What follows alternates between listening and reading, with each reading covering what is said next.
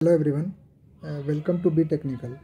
तो मैं आज Gujarat water supply sewerage board यानी GWSSB ये पेपर हुआ था 28 नवंबर 2021 है ना। 28 नवंबर को ये पेपर हुआ था।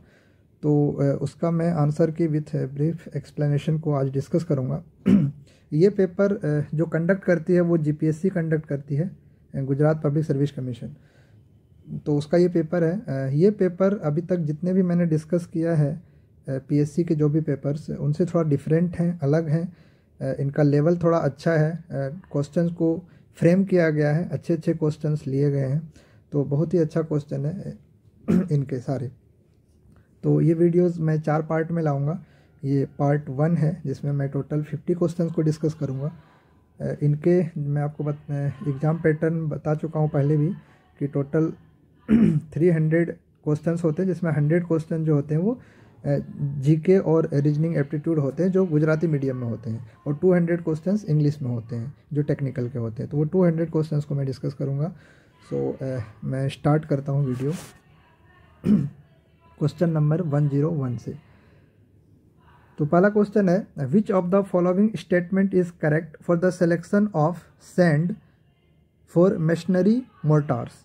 ओके, सैंड के सिलेक्शंस के लिए कौन सा इसमें से स्टेटमेंट करेक्ट है? तो in natural sand, clay, fine sand and fine dust should not be more than 5%। ये 5% से ज़्यादा नहीं होना चाहिए बाय मास के अकॉर्डिंग। सो पहला स्टेटमेंट करेक्ट है।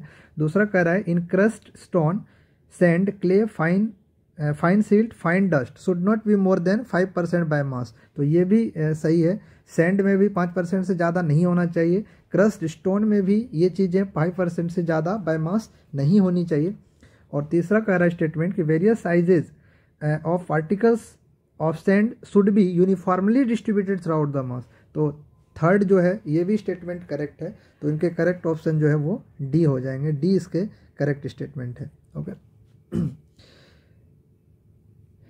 102 नेक्स्ट क्वेश्चन है कि विच of the following statement is incorrect. तो आपको ये थोड़ा सा ध्यान रखना होगा थ्योरेटिकल क्वेश्चन में कि कौन सा करेक्ट बोल रहा है, कौन सा इनकरेक्ट बोल रहा है। तो उसके अकॉर्डिंग आपको क्वेश्चन पढ़ने हैं, है ना। तो इसमें इनकरेक्ट करेंगे, कौन सा इनकरेक्ट है।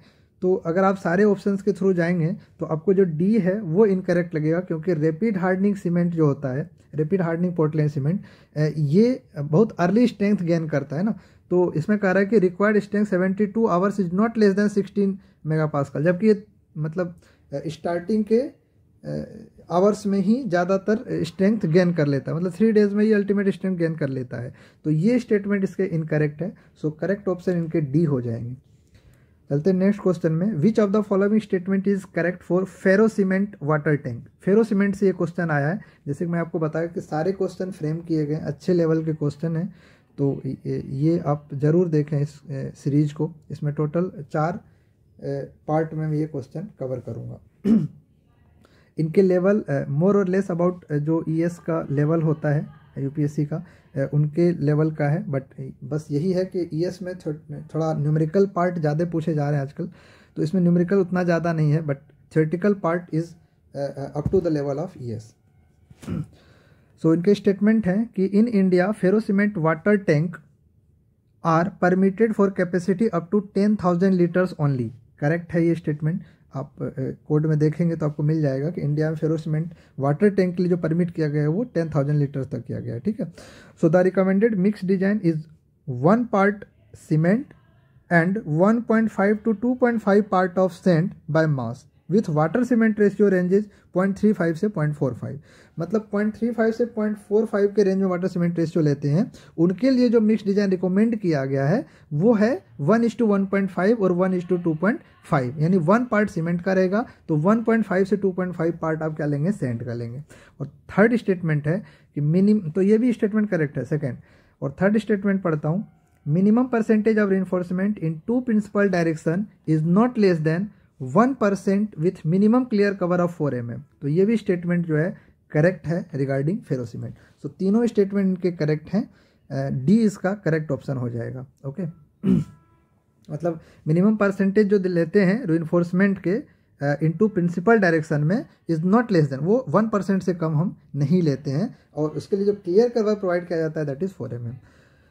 नेक्स्ट क्वेश्चन है which of the following statement is are correct for limes used in construction. ये लाइम से क्वेश्चन किया गया है, उसमें भी 3 स्टेटमेंट हैं, आपको करेक्ट स्टेटमेंट चूज करना है, ठीक है।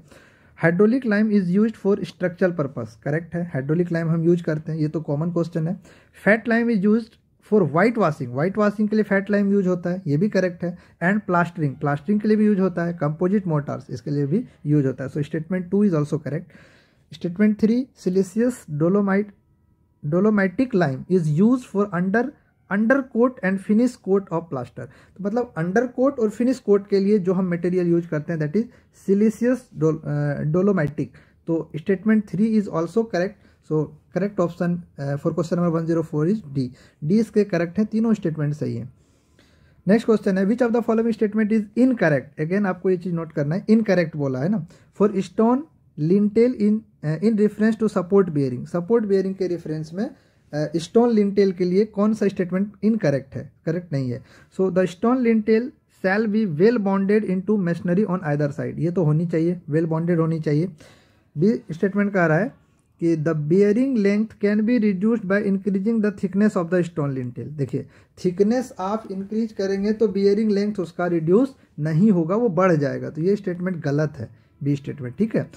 सी स्टेटमेंट कह रहा है the bearing length of the either side shall not be less than depth of the lintel, वो लिंटेल का जितना डेप्थ है उससे कम तो नहीं होना चाहिए बियरिंग लेंथ, है ना। तो ये स्टेटमेंट आपको कोड में मिल जाएगा, तो ये भी सही है। और लास्ट है कि the bearing length on either side shall not be less than half the width of supporting machinery, तो ये भी कोड का ही पार्ट है। तो ये डी जो है वो भी सही है कि जो सपोर्टिंग मशीनरी होता है, मतलब उनके जो वाल होंगे सपोर्टिंग वाल, उनके जो मतलब बियरिंग लेंथ दोनों होता है। एक तो आप ले लीजिए कि आइदर साइड जो ये करेंगे, मतलब other side of supporting system, तो वो डेप्थ ऑफ लिंटेल के बराबर होना चाहिए, उससे तो कम नहीं होनी चाहिए, shall not be less than. और दूसरा कह रहा है कि other side shall not be less than half the width of supporting system, supporting system के विड्थ का आधा आधा उधर से ले लीजिए, तो उसके हाफ से कम नहीं होनी चाहिए। ये दोनों स्टेटमेंट करेक्ट है। और तीसरा जो कह रहा है stone lintel shall be well bonded होनी चाहिए, इसलिए वो भी सही है। तो बियरिंग लेंथ घटता नहीं है, वो बढ़ जाता है, तो बी स्टेटमेंट गलत है, तो इसका करेक्ट आंसर बी हो जाएगा। नेक्स्ट क्वेश्चन है 106। इसमें कह रहा है what is the correct sequence of average bending strength of different plyboard mention under. ये डिफरेंट प्लाईबोर्ड दिया गया है, आपको उसके सीक्वेंस में अरेंज करना है ना, उसके एवरेज बेंडिंग स्ट्रेंथ को, है ना। तो आपको साइन देखना है ग्रेटर देन और लेस देन, ये ग्रेटर देन में है सारी चीज़ें, तो आपको इसके सीक्वेंस में करना है कि किसका स्ट्रेंथ पहले आएगा, फिर उसके बाद, है ना, कि सीक्वेंसिंग में कैसे बढ़ते जाएगा। तो आपको पता है एक चीज़ कि जो पार्टिकल बोर्ड है उसकी स्ट्रेंथ सबसे मतलब कम होती है ना। So black board is greater than, C इसका करेक्ट आंसर है। ब्लैक बोर्ड की सबसे ज़्यादा स्ट्रेंथ होती है, black board is greater than veneer particle board, and veneer particle board is greater than fibre hard board, and fibre hard board is greater than wood particle board, ठीक है। So C जो होगा वो correct statement है। Increasing order में आपको strength इसका average strength दिखाना है, ठीक। नेक्स्ट क्वेश्चन है what is the correct sequence of strength of reinforcement used in RCC. RCC में जो रिइंफोर्समेंट बार यूज करते हैं उसके ऑर्डर को एक सिक्वेंशियल ऑर्डर में उसके स्ट्रेंथ जो इंक्रीज करता है, जैसे प्रीवियस क्वेश्चन में बताया मैंने, वही अरेंज करना है आपको कि कौन सा बार का स्ट्रेंथ सबसे ज़्यादा उसका होता है, उसके बाद कौन है, उसके बाद कौन है, इसके इंक्रीजिंग ऑर्डर में आपको लगाना है, ठीक है। मतलब सबसे ज़्यादा जो स्ट्रेंथ होता है किसी भी बार में वो क्या है, इस ऑप्शन के अकॉर्डिंग वो होता है ग्लास फाइबर रिइंफोर्स बार, है ना। तो GFRP जो होता है ग्लास फाइबर रिइंफोर्स, ये सबसे ज़्यादा होता है। इसके बाद TMT यानी थर्मोमैकेनिकल ट्रीटेड बार, इसकी स्ट्रेंथ ज़्यादा होती है। Then high yield strength deform bar, इसकी होती है, और सबसे कम होती है माइल्ड स्टील बार। तो ये अल्टीमेट स्ट्रेंथ की बात कर रही है, तो जब सबसे ज़्यादा स्ट्रेंथ मिलता है वो हमको GFRP में मिलता है, इसलिए बी इसका करेक्ट ऑप्शन हो जाएगा। नेक्स्ट क्वेश्चन है 108। इसमें कह रहा है which of the following RCC beam will have brittle failure during bending test. Bending test में कौन से आरसीसी बीम में ब्रिटल फेल्योर होगा, है ना। तो ऑप्शन के थ्रू आप जा सकते हैं। RCC beam width equal reinforcement in tension and compression zone with stirrup, तो ये फेल नहीं होगा, है ना। ए तो नहीं होगा इसका answer. RCC beam width equal reinforcement in tension compression zone without stirrup, अगर स्टिरअप नहीं है तो वो फेल हो सकता है ब्रिटल में, ठीक है। So B is the correct answer. क्या कह रहा है, which of the following RCC beam will have brittle failure during bending, bending test में ब्रिटल फेल्योर होगा। तो अगर आप स्टिरअप यूज नहीं करते हैं, विदाउट स्टिरअप, तो ब्रिटल फेल्योर होने के चांसेस हैं, है ना। और सी कह रहा है RCC beam with more reinforcement in tension, ये तो नहीं होगा, इक्वल तो देना ही पड़ेगा आपको, ठीक है। तो ये भी नहीं है, विथ स्टिरअप है तो ये भी नहीं होगा। RCC beam width less reinforcement in tension zone more reinforcement in compression, ये भी कोई मीनिंगलेस नहीं है। टेंशन में आप लेस करेंगे तो वो ब्रिटल फेल्योर होगा ही होगा, ठीक है। और विथ स्टिरअप किया है, ठीक है, तो ये नहीं होगा, जब ठीक ये भी क्वेश्चन नहीं होगा, ये भी नहीं होगा। बी इसका करेक्ट आंसर है। नेक्स्ट क्वेश्चन है which type of steel bar is used in pre stress concrete structure element. Pre stress में आपको पता है हाई टेंसाइल स्टील बार है ना। हम ये जो बार ग्लास फाइबर रिइंफोर्स्ड प्लास्टिक बार जो आपको GFRP अभी मैंने आपको बताया था ऊपर में, है ना, तो ये आरसीसी में यूज करते हैं। लेकिन हम प्री स्ट्रेस की बात करेंगे तो वहाँ पे high tensile steel bar use होता है, जिसको टेंडन बोलते हैं, ठीक है। हाई टेंसाइल स्टील बार, इसको हम टेंडन भी बोलते हैं, ठीक है। तो ये यूज होता है प्री स्ट्रेस कंक्रीट में। कंक्रीट की भी ग्रेड हाई होती है, स्टील की भी ग्रेड हाई होती है, क्योंकि वहाँ पे बॉन्ड स्ट्रेंथ बहुत ज़्यादा हो जाता है।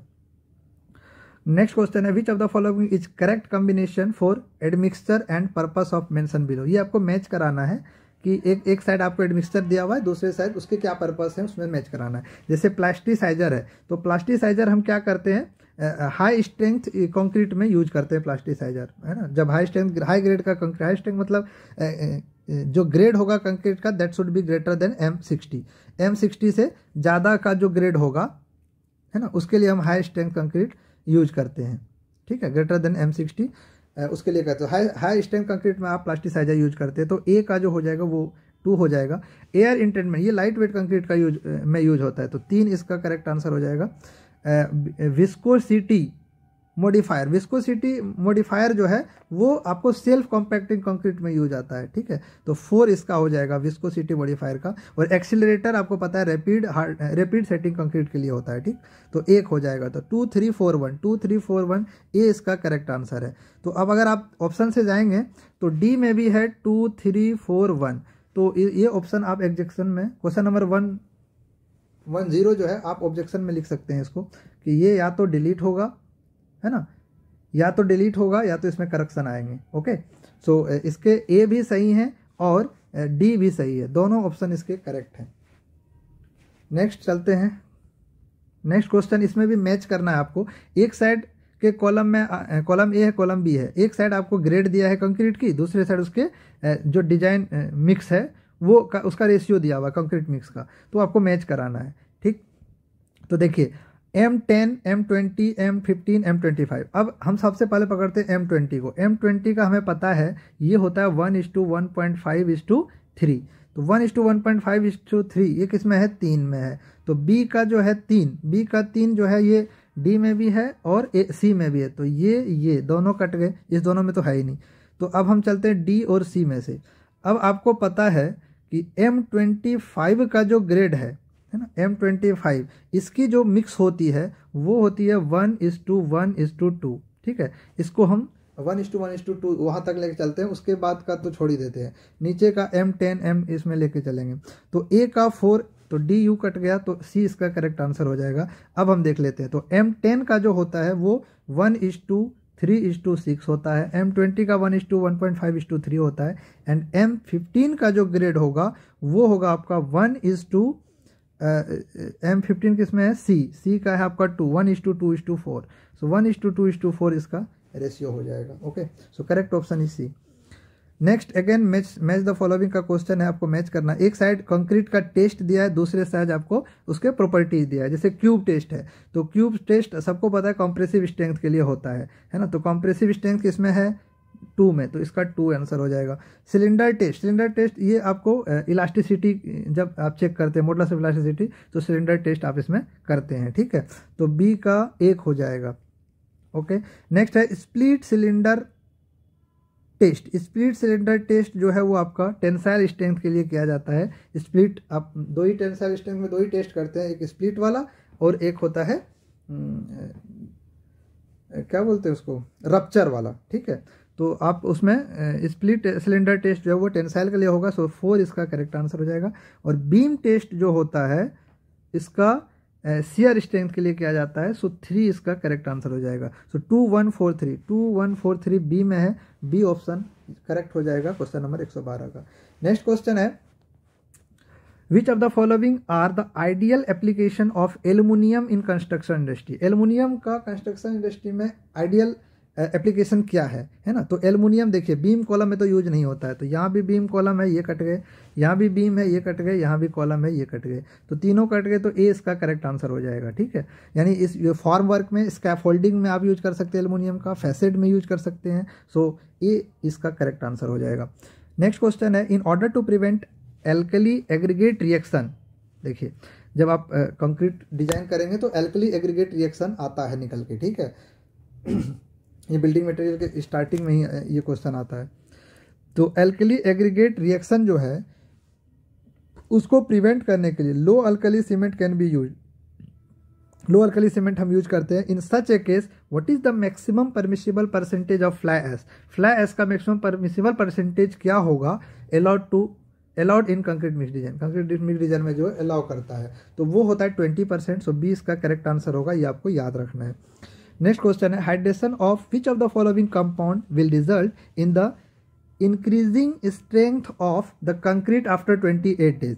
28 डेज के बाद कौन सा कंपाउंड है ना, कौन सा कंपाउंड है जिसमें हाइड्रेशन होता है, रिजल्ट इन हाइड्रेशन, है ना। जो 28 डेज के बाद भी वो स्ट्रेंथ देता है तो वो आपको है C2S यानी डाई कैल्शियम सिलिकेट।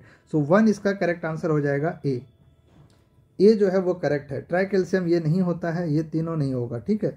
सो 115 का जो है ए इसका करेक्ट आंसर हो जाएगा। नेक्स्ट क्वेश्चन है if the radius of wire stretch by a load is doubled then Young's modulus will be. अगर रेडियस को हम डबल कर देते तो यंग्स मॉडुलस क्या होगा किसी भी वायर का। तो ये एक वायर है, सपोज कीजिए ये एक वायर है, इसमें हम लोड लगा रहे हैं, ये वायर है, इसमें मैं लोड लगा रहा हूँ P, तो इसके कारण डिफ्लेक्शन होगा delta L। So delta L is equal to PL upon AE you can say. So from this relation I have to find this Young's modulus. So E is equal to what PL upon A delta L। Okay, so E is if all this things are constant, मतलब P constant रहेगा, L constant रहेगा, है ना। Delta L में very, ठीक, तो उसको भी अगर मैं सपोज डेल्टा L कुछ होगा तो ये तीनों को अगर मैं कांस्टेंट मानूं, so E is universally proportional to 1 upon A। It means that कि पाई आर स्क्वायर यानी E is universally proportional to R square. So E जो होगा अगर R को रेडियस को डबल कर देंगे तो E कितना हो जाएगा 1/4 है ना। तो क्या होगा, ये क्या करा, if the radius of wire is stretched by load is double, if the radius of the wire stretched by load is double, radius को डबल करेंगे तो यंग्स मॉडुलस क्या होगा, डबल होगा नहीं, हाफ होगा नहीं, बिकम्स 1/4। ये करेक्ट आंसर हो सकता है सी, बट आयोग ने इसका आंसर डी दिया है तो मैं इसको ऑब्जेक्शन के कैटेगरी में रखूंगा। आप इस पर ऑब्जेक्शन डाल सकते हैं, ठीक है, कि सी इसका आंसर आ सकता है कि ये वैल्यू 1/4 होगा। Okay, next which of the following material parameter have no units. किसका यूनिट नहीं होती है, तो स्ट्रेन का कोई यूनिट नहीं होता क्योंकि डेल्टा L अपॉन L इसको कहते हैं स्ट्रेन, है ना। तो ये भी mm में, ये भी mm में, तो ये यूनिटलेस हो जाएगा, सी इसका करेक्ट आंसर हो जाएगा। नेक्स्ट क्वेश्चन है the buckling load for a material depends on. Buckling load किस पे डिपेंड करता है ना। तो बकलिंग लोड जो है आप बकलिंग लोड का वो देखेंगे तो वो क्या होता है, pi square buckling load P is equal to pi square EI upon L square, है ना, pi square EI upon L square. Okay, so देखिए सिलेंडरनेस रेशियो के टर्म अगर निकालें इसी को तो I is equal to AR square होता है ना, तो इसको हम कर दे रहे हैं pi square E I is equal to A R square, तो ए यहाँ रख देता हूँ, आर स्क्वायर को नीचे ले जाता हूँ, तो एल अपॉन आर का होल स्क्वायर, ये क्या हो जाएगा लेमडा स्क्वायर, क्योंकि लेमडा इक्वल टू क्या होता है L effective upon R minimum, तो इसको मैं लेमडा ले गया। आई इज इक्वल टू क्या होता है ए आर स्क्वायर, तो यहाँ से मैंने किया आई का वैल्यू पुट कर दिया ए आर स्क्वायर को नीचे लेके गया, सो एल अपॉन आर है ना, तो एल अपॉन आर का whole square, L square upon R square that is lambda square. तो अब आप देखते हैं कि बकलिंग लोड जो है वो इन्वर्सली प्रोपोर्शनल टू लेमडा है।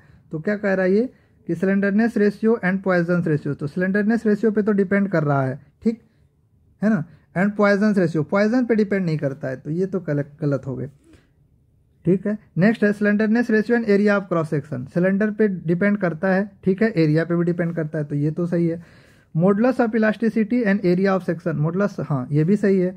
तीसरा कह रहा है modulus of elasticity area of cross section slender, मतलब तीनों पे डिपेंड करता है, तो ये कट गए, D is the correct answer. Okay, तो 118 करेक्ट ऑप्शन जो है वो डी हो जाएगा। नेक्स्ट क्वेश्चन है if a material expand freely, जब फ्रीली एक्सपैंड करते हैं किसी भी मटेरियल को है ना, तो उसके कारण कोई स्ट्रेस डेवलप नहीं करता। अगर आप जैसे कि ये एक बीम है, यहाँ फिक्स कर दीजिए, यहाँ फिक्स कर दीजिए, अब इसको एक्सपैंड कीजिए तो इसमें स्ट्रेस जनरेट होगा, है ना, टेम्परेचर स्ट्रेस, अगर इसके टेम्परेचर बढ़ाएंगे, इसमें एक्सपांसन देंगे तो स्ट्रेस जनरेट होगा, लेकिन अगर इसी को फ्री कर देंगे तो स्ट्रेस जनरेट नहीं होगा, है ना, जब तक कुछ रेसिस्टेंस नहीं आएगा। So no stress, D is the correct answer. Next question है the limiting force of a friction, the limiting force of a friction is the limiting force of a friction, हाँ लिमिटिंग फोर्स क्या होता है friction के case में, तो ये होता है friction force acting when a body is just about to move, जब बॉडी जो है वो जस्ट अबाउट टू मूव में रहेगा तो उस समय जो फ्रिक्शन फोर्स डेवलप होता है that is called limiting friction force, so B is the correct answer. The centre of gravity of a plane lamina will not be at its geometrical centre in case of, आपको ये situation दिया हुआ है किसमें कॉन्साइड नहीं करता, तो देखिए स्क्वायर में ज्योमेट्रिकल सेंटर से कॉन्साइड करता है, सर्कल में भी ज्योमेट्रिकल सेंटर से कॉन्साइड करता है, तो ये दोनों तो यू कट गए। इक्विलेटरल ट्रायंगल में भी करेगा, है ना, इक्विलेटरल ट्रायंगल क्या होता है जिसके सारे साइड बराबर है, ओके लेकिन राइट एंगल ट्रायंगल में नहीं करेगा, सो बी इसके करेक्ट ऑप्शन हो जाएंगे, ठीक है। तो ये भी साइड बराबर, ये साइड बराबर, तो इससे कॉन्साइड करेगा लेकिन इसमें नहीं करेगा, तो बी करेक्ट आंसर हो जाएगा। The assumption plane section remain plane in bending theory means, plane section remain plane जो एजम्पशन है उसका मतलब होता है स्ट्रेन डायग्राम जो है वो लीनियर है ना, स्ट्रेन प्रोफाइल लीनियर है, सो बी इसका करेक्ट आंसर है। नेक्स्ट क्वेश्चन है ए cantilever beam of length L, एक कैंटिलीवर बीम है, बना देता हूँ, उसकी लेंथ एल है, subjected to downward load of 1600 kilonewton uniformly distributed over its length and subjected to downward load of 1600 kilonewton subjected इसको फिर यूनिफॉर्मली डिस्ट्रीब्यूटेड कर दिया over its length and concentrated upward load of P, free end पे एक upward load act कर रहा है P at its free end for vertical displacement to be zero, displacement को जीरो कर रहा है एट द फ्री एंड, तो पी का वैल्यू क्या होगा, तो देखिए ये जो लोड है 1600 किलो न्यूटन, इसको पर मीटर में कन्वर्ट कर दिया और पूरा लेंथ पे डिस्ट्रीब्यूट कर दिया, तो आपको कह रहा है यहाँ पे डिफ्लेक्शन अगर जीरो करेंगे तो पी की वैल्यू अपने आप निकल जाएगी। तो you know that A cantilever beam, देखिए ये कैंटिलीवर बीम है ड्यू टू यूडीएल, यूडीएल के कारण फ्री एंड पे जो डिफ्लेक्शन होता है वो क्या होता है delta at free end, suppose करो ये ए है ये बी बोल दिया, तो delta B is equal to क्या होगा, ये हो जाएगा आपका P L raise to 4 upon 8 EI, ये होता है आपका डिफ्लेक्शन। और अगर यही कैंटिलीवर बीम है और एक पॉइंट लोड ऐसे एक्ट कर रहा है तब डेल्टा बी क्या हो जाएगा, डेल्टा बी हो जाएगा PL³ अपॉन 3EI, ओके। तो दोनों को इक्वेट कर देंगे तो डिफ्लेक्शन जीरो हो जाएगा, तो दोनों को मैं इक्वेट कर दे रहा हूँ, तो P की जगह 16 है, 1600 इंटू L को मल्टीप्लाई कर देंगे तो L³ बच जाएगा, okay, divided by 8 EI is equal to PL³ upon 3 EI, तो EI वैसे कैंसिल हो गए, है ना, तो ये 3 उस साइड चला जाएगा, L³ कैंसिल, तो P is equal to 3/8 into 1600, जब आप इसको करोगे तो you will get 600 kilo newton, तो आपका बी जो है वो करेक्ट आंसर आ जाएगा, ओके। नेक्स्ट क्वेश्चन है on the principle of strain energy के प्रिंसिपल पे in a rod A B of length L, एक रॉड ए बी है जिसकी लेंथ एल है, placed vertically with end A fixed at top, and A जो है वो फिक्स्ड है टॉप पे, okay, and B with a flange a load W is release from height h height से load W release किया जा रहा है, and hits on the flange पे हिट कर रहा है, ठीक है, नीचे फ्लेंज है, ओके, तो h हाइट से रिलीज किया जा रहा है, एक वेट W है उसको h हाइट से रिलीज किया जा रहा है, ओके, फ्लेंज पे। In order to reduce the axial stress को रिड्यूस करना है in the rod, which of the following should be done, तो आपको क्या करना है, ये 4 स्टेटमेंट दिया हुआ है, तो कौन सा करेक्ट है ये बोल रहा है। सो ये कह रहा है पहला स्टेटमेंट है reduce the modulus of elasticity of the material, तो अगर आप इम्पैक्ट लोड में पढ़ेंगे तो वो डायरेक्टली प्रोपोर्शनल होता है, तो अगर आपको वो कम करना है तो उसको मॉडुलस ऑफ इलास्टिसिटी को रिड्यूस करना पड़ेगा, ठीक है। इसके डायरेक्ट फार्मूला आप देखेंगे तो ई के डायरेक्टली प्रोपोर्शनल होता है वो स्ट्रेस, ठीक है, तो ए जो होगा वो करेक्ट स्टेटमेंट हो जाएगा। दूसरा कह रहा है इंक्रीज द मॉडुलस, ना ए करेक्ट हो गया तो बी ऑटोमेटिक गलत हो गया। नेक्स्ट कह रहा है increase the length of the rod की लेंथ अगर हम बढ़ाएंगे, है ना, तो एक्सियल स्ट्रेस क्या होगा, in order to reduce the axial stress, देखिए एक मिनट ये थोड़ा मिस्टेक हो गया, in order to reduce the axial stress in the rod, axial stress हमको रिड्यूस करना है तो वो इन्वर्सली प्रोपोर्शनल, ई जो होता है मतलब ऐसा समझिए डेल्टा एल के प्रोपोर्शनल होता है, तो डेल्टा एल इक्वल टू क्या होता है पी एल अपॉन ए ई, है ना, तो स्ट्रेस जो होता है वो प्रोपोर्शनल होता है डेल्टा एल का, तो डेल्टा एल का प्रोपोर्शनल है तो मतलब ई का इन्वर्सली प्रोपोर्शनल है ना, तो हमको अगर रिड्यूस करना है तो हम ए को क्या करेंगे, इंक्रीज करेंगे, axial stress in order to reduce the axial stress, है ना, एक्सियल स्ट्रेस को हमें रिड्यूस करना है,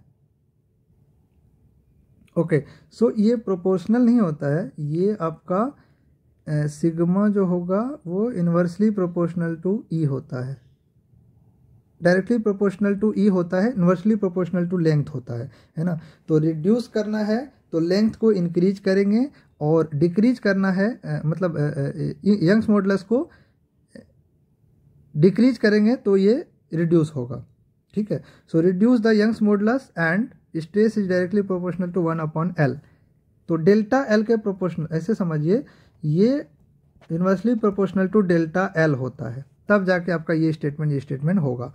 तो डायरेक्टली प्रोपोर्शनल टू ई, तो अगर एक्सेल स्ट्रेस रिड्यूस करना है तो ई को भी रिड्यूस करेंगे, अगर एक्सेल स्ट्रेस रिड्यूस करना है तो लेंथ को हम क्या करेंगे, इंक्रीज करेंगे, तो 1 और 3 जो होगा इसका करेक्ट हो जाए, increase the length of the road, ठीक है, तो 1 और 2 यानी ए जो होगा वो करेक्ट आंसर हो जाएगा इसका 124 का। नेक्स्ट क्वेश्चन है which of the following cross section will have least shear stress along the axial horizontal, least किस में होगा, तो आपको पता है टाउ जो होता है वो क्या होता है S A Y bar upon I B, तो जहाँ पे बी ज़्यादा होगा, बी इन्वर्सली प्रोपोर्शनल है, तो बी जहाँ ज़्यादा होगा वहाँ स्ट्रेस कम होगा, तो यहाँ देखिए यहाँ तो सेम है, इसका तो केस ही अलग है, इसमें देखिए बी यहाँ पे क्या हो रहा है, कम हो रहा है, तो ये तो नहीं होगा, ठीक है, ये भी नहीं होगा, यहाँ पे भी बी मिडल में कम है तो ये भी नहीं होगा, यहाँ पे बी मिडल में ज़्यादा है तो इस केस में स्ट्रेस कम होगा, so B is the correct answer. Least stress कर रहा है तो बी के केस में लिस्ट स्ट्रेस होगा कहाँ पे, हॉरिजॉन्टल एक्सिस पे, ओके। नेक्स्ट क्वेश्चन है when given are 4 bamboo column, 4 bamboo column दिया हुआ है आपको with identical material and geometrical properties, but identical है उसका मटेरियल और geometrical properties but different end condition आपका डिफरेंट है, arrange them in increasing order of the first buckling किस में होगा, उसको इंक्रीजिंग ऑर्डर में आपको अरेंज करना है, ओके। तो देखिए इस क्वेश्चन को करते हैं, इसमें जो हमारा बकलिंग होता है उसमें आप देखेंगे बकलिंग लोड, अभी मैंने ऊपर फार्मूला बताया था पाई स्क्वायर ई आई upon L square, okay. So L effective, यहाँ पे एल जो होता है एल इफेक्टिव लेते हैं, तो किस केस में ये होगा, तो ये देखिए पहला केस है इधर फिक्स है ना, इधर फ्री है, इधर फिक्स्ड है ना, ये यहाँ पे फिक्स है, यहाँ पे फिक्स है, ये इसमें हिंज है, यहाँ पे हिंज है, ये इसमें फिक्स है, इसमें हिंज है, 4 केस आपको दिया हुआ है। तो इस केस में जो एल इफेक्टिव होता है वो क्या होता है, L effective equal to 2 times of L हो जाएगा, है ना। तो जब यहाँ पे आप 2 डालेंगे तो ये क्या हो जाएगा 4 टाइम्स एल स्क्वायर, यानी पी क्या होगा inversely proportional to 1/4 of L square. ठीक, तो कम हो जाएगा, तो ए केस क्या हो जाएगा, कम हो जाएगा। ठीक, इंक्रीजिंग ऑर्डर में चलेंगे हम, तो ए जो होगा वो 1/4 है। बी ऑप्शन में देखते हैं, दोनों फिक्स है तो इसमें L/2 हो जाता है इफेक्टिव, तो L/2 पुट करेंगे तो ये 4 टाइम्स हो जाएगा। तो ए के केस में 1/4, बी के केस में पी की वैल्यू क्या हो जाएगी, वो हो जाएगी 4 टाइम्स, 4/L हो जाएगा, तो ये ज़्यादा है। सी के केस में देखते हैं, सी के केस में क्या कह रहा है, दोनों हिंज है तो इसमें L इक्वल टू L हो जाता है, तो इस केस में तो डायरेक्ट रहेगा, है ना, 1/L ही रहेगा। ओके, नेक्स्ट केस चलते हैं डी वाला केस है कि एक हिंज है एक फिक्स है, तो उस केस में होता है L/√2।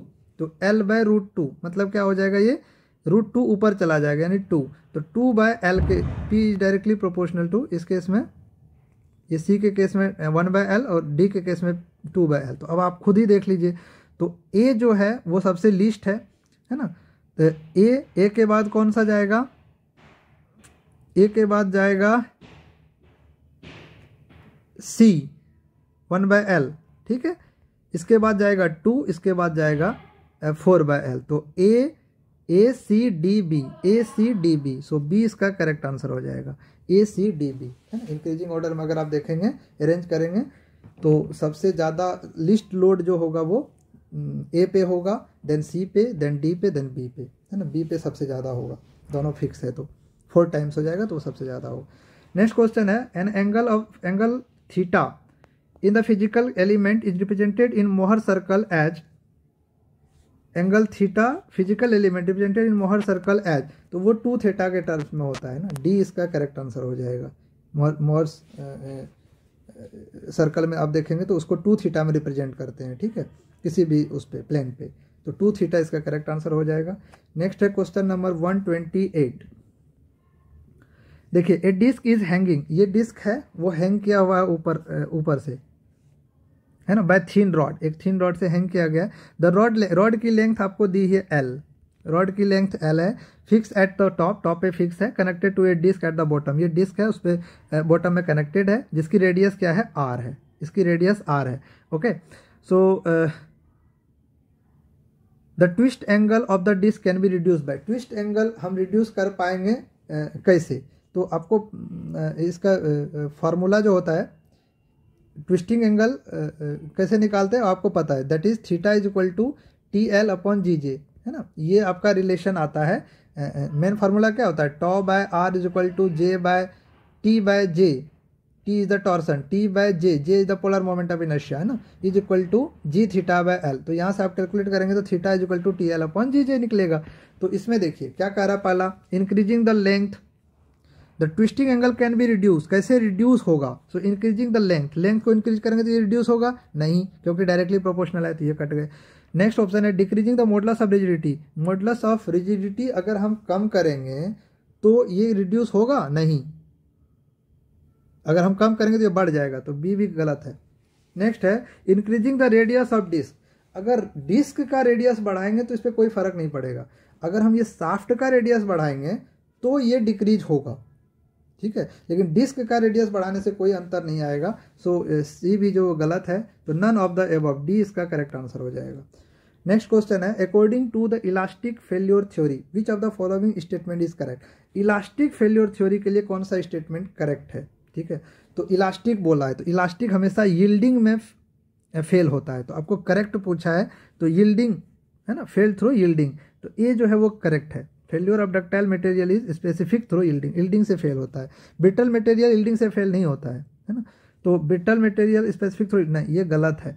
Failure of ductile material specified through fracture, fracture में ब्रिटल फेल होता है, कभी भी डक्टाइल मटेरियल फेल नहीं होता है। Failure of brittle material specified through slipping ना, तो सारे गलत हैं, एक इसका करेक्ट आंसर है, सो ए जो होगा वो करेक्ट ऑप्शन हो जाएगा। नेक्स्ट क्वेश्चन है, for a cube in 3 dimensional, XYZ में दिया हुआ है कोई क्यूब, उसके प्लेन डिफरेंस XY है, तो उसके ऊपर आपको ये स्टेटमेंट दिया है, कौन सा स्टेटमेंट सही है ना, प्लेन स्टैंड कंडीशन में कौन सा स्टेटमेंट सही है वो आपको टिक करना है, ठीक है। तो देखिए आपको दिया हुआ है रेफरेंस प्लेन X और Y, तो सपोज कि ये y है, ये x है ना। तो इसके अकॉर्डिंग अगर आप देखेंगे तो परपेंडिकुलर डायरेक्शन में क्या होगा, z। अगर ये y है, ये x है, तो इसके परपेंडिकुलर z है, तो z के प्लेन में जो भी शियर स्ट्रेस होगा वो क्या होगा, 0 होगा, है ना। तो मतलब हम क्या बोलें कि xz है ना और yz, xz और yz इसमें जो शियर स्ट्रेस होगा वो 0 होगा। तो सी इसका करेक्ट आंसर होगा कि shear stress in xz and yz plane are 0। ठीक है, सी इसका करेक्ट आंसर हो जाएगा।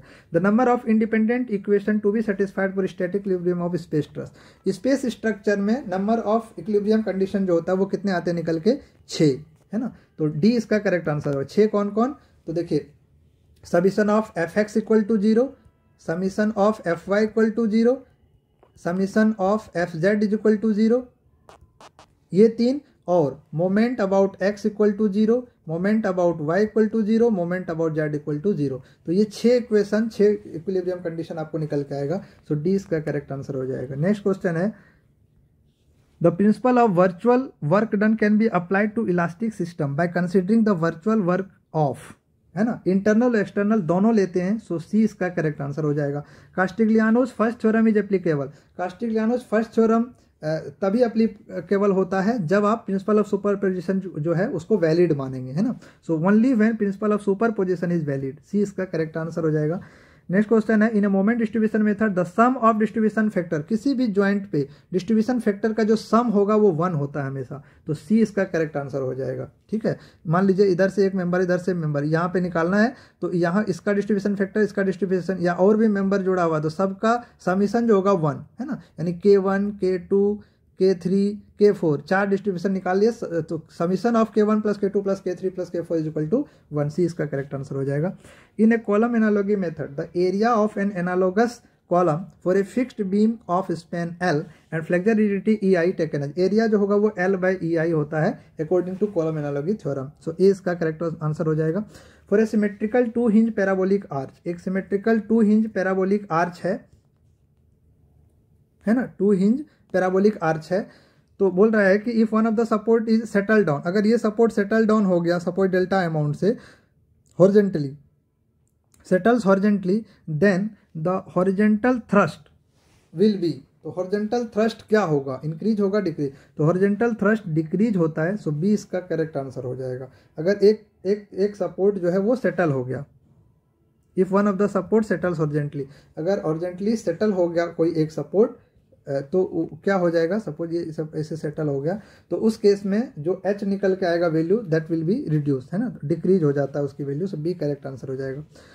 ये सिंगल रोलिंग लोड, एक रोलिंग लोड दिया हुआ है, सिंगल रोलिंग लोड मतलब इस टाइप का, ये रोल कर रहा है अलोंग द बीम। तो बीम है आपका ये, है ना, ये बीम है या गर्डर है जिसकी लेंथ आपको 15 मीटर दी हुई है, बेम्बू का है, बेम्बू का बीम है AB, तो AB बीम है, 15 मीटर उसके स्पैन लेंथ है, और 8 किलो न्यूटन का, ये देखिए 8 किलो न्यूटन का रोलिंग लोड एक सिंगल मूव कर रहा है। तो आपको बोल रहा है कि maximum bending moment will be, कहाँ पे होगा, तो आपको पता है मैक्सिमम सेंटर पे होता है मैक्सिमम बेंडिंग मोमेंट। ठीक है, तो अब आप ये निकालेंगे तो क्या हो जाएगा इसका, WAB/L, और W मतलब हम 1 किलो न्यूटन के लिए डिफाइन करते हैं। सो 1 इंटू ए की जगह इसका आधा 7.5 multiplied by 7.5 divided by L is the 15, और ये जो ऑर्डिनेट आएगा उसको आप 8 से मल्टीप्लाई कर देंगे। ठीक है, तो देखिए 7.5 इंटू 7.5 कितना हो रहा है, ये आ रहा है आपका 56.25 डिवाइडेड बाय 15, तो ये आ रहा है 3.75 के आसपास, 3.75, इसको 8 से मल्टीप्लाई कर दीजिए तो 30 किलो न्यूटन जो आएगा इसका करेक्ट आंसर हो जाएगा। यानी 3.75 ऑर्डिनेट आ गया, यहाँ पे अब लोड लग देंगे तो मैक्सिमम हमको मिल जाएगा। तो 8 इंटू 3.75 दैट इज 30। सी इसका करेक्ट आंसर हो जाएगा। Next question, which of the following is not displacement method, displacement method कौन सा नहीं है, तो column analogy method force method है, डिस्प्लेसमेंट नहीं है, जबकि कानीज, मोमेंट डिस्ट्रीब्यूशन, ये सारे इक्विलिब्रियम मेथड है ना, स्टिफनेस मेथड है। नेक्स्ट क्वेश्चन है, which of the following statement is correct, कौन सा स्टेटमेंट करेक्ट है, इसमें से 4 स्टेटमेंट दिया हुआ है। तो देखिए, the displacement method is more useful when degree of kinematic indeterminacy is less than degree of static indeterminacy. तो डिस्प्लेसमेंट मेथड कभी भी तब यूजफुल होगा जब जो डेल्टा थीटा, यानी ये जो काइनेमेटिक एलिमेंट्स हैं, है ना, डिस्प्लेसमेंट स्लोप, ये सब जितने कम रहेंगे उतने सुटेबल होंगे।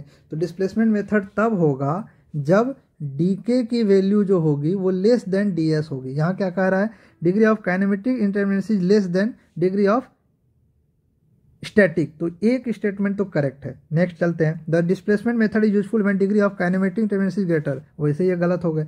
The force method is useful when degree of static indeterminacy is greater then, ना, फोर्स मेथड तब जब डीके जो होगा वो ग्रेटर होगा, है ना, D K is greater than ds। अगर ds ज़्यादा होगा तो फोर्स मेथड यूज नहीं करेंगे, है ना, तो इसका अपोजिट 4 जो होगा वो करेक्ट हो जाएगा। सो ए इसका करेक्ट आंसर हो जाएगा। नेक्स्ट क्वेश्चन है, the deformation of spring produce by unit load is, देखिए स्टिफनेस होता है K is equal to F upon delta, तो डेल्टा 1 करेंगे तो फोर्स जो होगा वो स्टिफनेस के बराबर हो जाएगा। Similarly K is inversely proportional to flexibility, मतलब हम कह सकते हैं फ्लेक्सिबिलिटी इज इक्वल टू क्या हो जाएगा, डेल्टा अपॉन एफ। तो यूनिट लोड के लिए फ्लेक्सिबिलिटी वैसे दिखाते हैं स्मॉल एफ में, तो यूनिट लोड के लिए अगर इसको हम 1 करें तो फ्लेक्सिबिलिटी होगा डिस्प्लेसमेंट के बराबर हो जाएगा। तो ये क्या कर रहा है, the deformation of spring produce by unit load के लिए डिफॉर्मेशन कितना होगा, तो वो फ्लेक्सिबिलिटी के बराबर होगा। सो बी इसका करेक्ट आंसर हो जाएगा। नेक्स्ट क्वेश्चन है, in a ring beam subjected to uniformly distributed load, एक रिंग बीम है उस पर यूनिफॉर्मली डिस्ट्रीब्यूटेड लोड एक्ट कर रहा है। तो अगर रिंग बीम पे यूनिफॉर्मली डिस्ट्रीब्यूटेड यानी यूडीएल एक्ट कर रहा है तो उस केस में शियर फोर्स जो होता है मिड स्पैन पे 0 होता है। तो ए इसका मतलब 1 जो है वो करेक्ट है। अगर शियर फोर्स एक्ट कर रहा है तो मिड स्पैन पे शियर फोर्स 0 होगा, रिंग बीम पे अगर यूडीएल एक्ट कर रहा है तो अगर शियर फोर्स 0 होगा तो ऑब्वियस सी बात है टॉर्सन भी 0 होगा। सो 3 जो है वो भी करेक्ट है, तो ये दोनों गलत हो गए, तो क्या होगा इसका ए करेक्ट आंसर हो जाएगा। नेक्स्ट क्वेश्चन है, कंसिडर द 2 बैम्बो बीम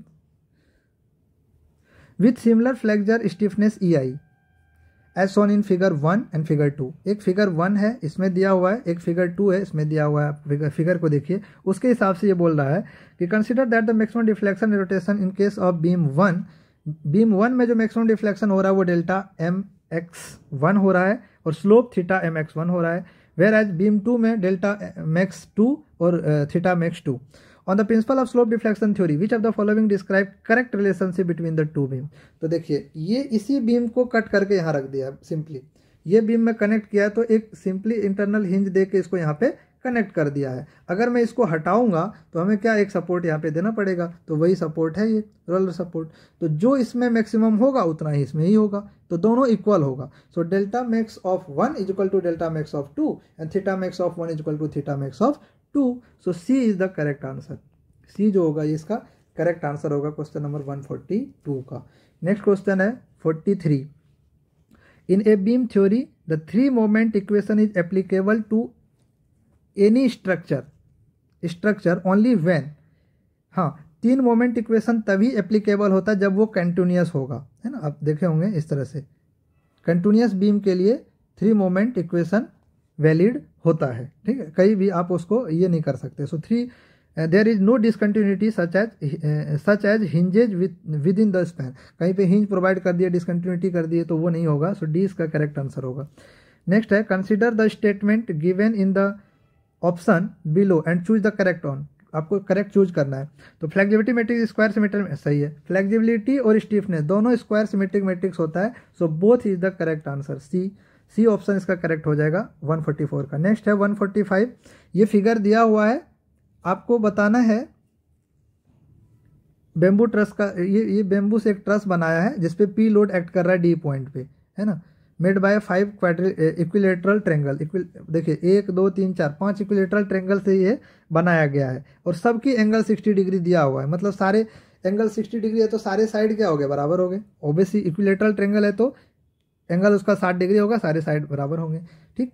इस सेगमेंट इक्विलेटरल ट्रेंगल लेंथ उसकी एल है, ऑल द सेगमेंट। अब आपको निकालना है कि ये क्या होगा, क्या कहते हैं, which all the connection rigid enough transfer load completely, ठीक है। तो क्वेश्चन क्या कर रहा है, which of the following is correct option of the reaction generated in the system. Reaction आपको निकालना है कितना होगा, तो आप इस फिगर से ही देख लीजिए। देखिए इधर से आएगा एक, सपोज करो PA लोड हो गया, ये HA हो गया, ये HA हो गया, ठीक है। इधर से पी बी हो गया, बी फोर्स पे, तो ये हो गया पी बी, तो 3 सपोर्ट आएगा, 3 रिएक्शन आएगा यहाँ पे, है ना। तो देखिए अगर हम एक अबाउट मोमेंट ले लें तो ये P जो है ये L है, इधर से L है, तो मतलब P into 2L is equal to ये पी बी ऊपर के डायरेक्शन में जा रहा है, तो इसको बराबर कर देंगे पी बी इंटू 2L, तो 2L will get cancel, so P is equal to P B.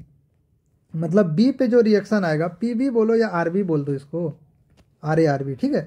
So R B is equal to P, R B P के बराबर है, तो अगर हम एफ वाई को जीरो करेंगे तो R A plus R B is equal to P, तो R B is equal to P, it means R A is equal to zero, तो आर ए जीरो हो गया। एच ए का कोई reaction इधर से है ही नहीं, तो एच ए तो ऑटोमेटिक जीरो हो गया, तो आर ए एच ए दोनों जीरो हो गए और P B is equal to P हो गया। तो ऑप्शन में देखिए ये गलत हो गए, ये भी गलत है, ये भी गलत है, वी ए जीरो हो गया, एच ए जीरो हो गया, वी बी, ठीक है, डी इसका करेक्ट आंसर है।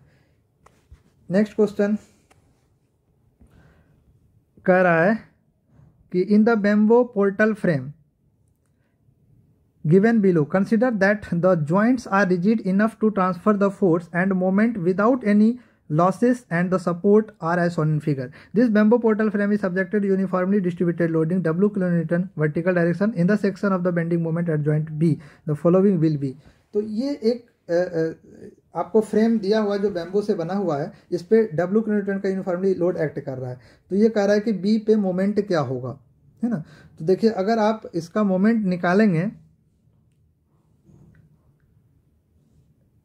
Bending moment at joint B, B joint पे मोमेंट निकालेंगे तो एक फिक्स एंड मोमेंट के लिए डब्ल्यू एल स्क्वायर अपॉन 12 इसका मोमेंट आएगा बी पॉइंट पे, ठीक है। इधर से कोई रिएक्शन है नहीं तो फिक्स एंड मोमेंट जीरो हो जाएगा, यहाँ पे वैसे ही मोमेंट जीरो होगा, ठीक है। तो इसका आंसर जीरो तो नहीं होगा, तो इसको आप ऑब्जेक्शन में रख लीजिए। इसका answer W L square by 12 hugging होना चाहिए मेरे हिसाब से, ठीक है। अगर हम इस इधर से देखें तो जॉइंट बी पे ये मोमेंट, तो इधर से कोई मोमेंट आ नहीं रहा है, सिर्फ इधर से आएगा W L square by 12 hogging moment, ठीक है। तो मेरे हिसाब से ए इसका करेक्ट आंसर होना चाहिए। फिर भी आप इसको ऑब्जेक्शन में लिख सकते हैं क्वेश्चन नंबर 146 को, ठीक है, ये ऑब्जेक्शन में लिख सकते हैं, डब्ल्यू एल स्क्वायर बाई 12 इसका आंसर होना चाहिए, जीरो तो नहीं होगा। नेक्स्ट क्वेश्चन है 147, in case of suspension bridge the cable is use to suspend the bridge deck so that the load is transferred through the cable. During the analysis of such cable, which of the following statement is not correct? कौन सा correct नहीं है ये आपको लगाना है, ठीक है। So the bending moment is transferred from suspender to the cable rigidly. देखिए bending moment is transferred from suspender to the cable rigidly, ना ये गलत है। बेंडिंग मोमेंट रिजिडली केबल पे ट्रांसफर नहीं होता, केबल सिर्फ टेंसाइल लेता है ना, कोई बेंडिंग मोमेंट इस पे नहीं होता है, तो एक तो गलत है, ठीक है, तो 1 गलत है। नेक्स्ट है द केबल इज इनएक्सटेंसिबल, हाँ केबल इनएक्सटेंसिबल होना चाहिए, so that minor changes is length in the length is ignored, तो 2 जो है वो करेक्ट है। The capable are considered to carry uniform distributed load, हाँ कैपेबल होना चाहिए केबल यूनिफॉर्मली लोड लेने के लिए, लोड तो गर्डर पे आएगा लेकिन वो भी कैपेलर होना चाहिए ना। The shape of the cable will be funicular, हाँ शेप जो केबल का होगा वो take resisting load are a funicular लेगा, सो 4 जो है वो भी करेक्ट ऑप्शन है। तो इसमें करेक्ट कौन सा नॉट करेक्ट है, तो एक ही नॉट करेक्ट है, सो ए इसका करेक्ट आंसर हो जाएगा। The slenderness ratio of tension member subjected to possible reversal of stress due to wind should not exceed, सिर्फ विंड के कारण बोल रहा है, अगर अदर देन विंड रहता तो इसका आंसर होता आपका 180, ठीक है, 180 ऑप्शन में है भी नहीं, तो सिर्फ विंड के कारण कह रहा है, तो 350 इसका करेक्ट आंसर हो जाएगा। वैसे प्योर टेंशन मेंबर के लिए होता है 400 और tension member with reversal of stress due to load, dead load और विंड लोड उसके कारण होता है 180। तो आपको ध्यान रखना है लेमडा की वैल्यू 180 होता है डेड लोड विंड लोड के कारण, मतलब other than wind load, dead load और लाइव लोड के कारण, अदर देन विंड लोड और अर्थक्वेक लोड, ठीक है। और प्योर मेंबर के लिए होता है 400, अगर विंड एक्ट कर रहा है अर्थक्वेक लोड एक्ट कर रहा है तो इस केस में हो जाएगा 350, सो डी इसका करेक्ट आंसर हो जाएगा। Diameter of bolt hole is usually taken as, bolt hole का जो डायमीटर लेते हैं जनरली, जो भी नॉमिनल डायमीटर आपका रहता है उसको 1.5 एक्सटेंड करके लेते हैं, सो 20 का करेक्ट आंसर हो जाएगा। और लास्ट क्वेश्चन आज के वीडियो का है कि the slenderness ratio of 4 meter long column supported throughout the length अगर कोई कॉलम है और चारों तरफ से सपोर्टेड है तो उसका जो स्लेंडरनेस रेशियो होता है वो 0 होता है। सो ए इसका करेक्ट ऑप्शन हो जाएगा। तो ये था आज के वीडियो पार्ट 1 के टोटल 50 क्वेश्चंस। नेक्स्ट 50 क्वेश्चन मैं नेक्स्ट वीडियो में लूँगा। टोटल 4 वीडियोज़ आएंगे। आप इस सीरीज को ज़रूर देखें, लाइक करें, सब्सक्राइब करें। Okay, bye bye, take care, all the best.